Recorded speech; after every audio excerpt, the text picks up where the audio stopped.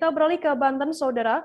Kebakaran yang melanda permukiman Baduy Luar di Kampung Cepak Huni, Desa Kanekes, Kecamatan Leuwidamar, Kabupaten Lebak, Banten membuat puluhan keluarga kehilangan tempat tinggalnya.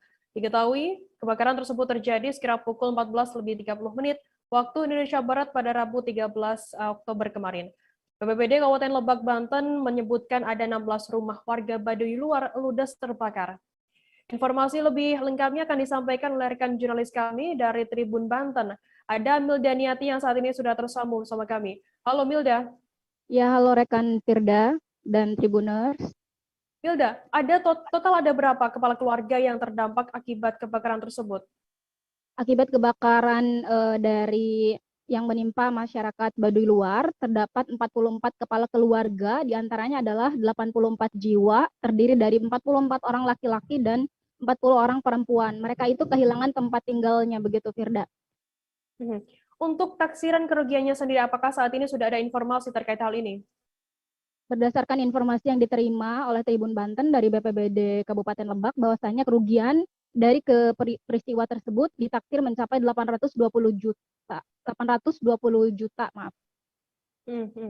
Rekan Firda. Lantas, Milda, bagaimana untuk kronologi kejadian kebakaran ini awalnya bermula begitu?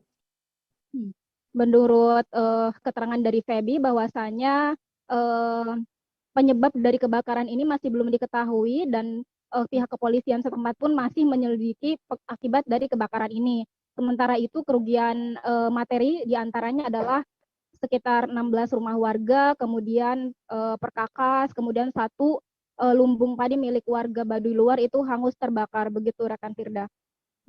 Untuk saat ini 44 kepala keluarga ini mengungsi di mana, Milda? Apakah sudah ada informasi lebih lanjut terkait hal ini? Nah, untuk saat ini warga Baduy itu mereka mengungsi di pos lapangan kedaruratan yang ada di Lebak. Mereka juga dibuatkan satu tenda pengungsian serta pihak BPBD juga mendistribusikan bantuan logistik dari mulai terpal, bahan makanan pokok untuk dapur dan lain sebagainya. Begitu rekan Firda.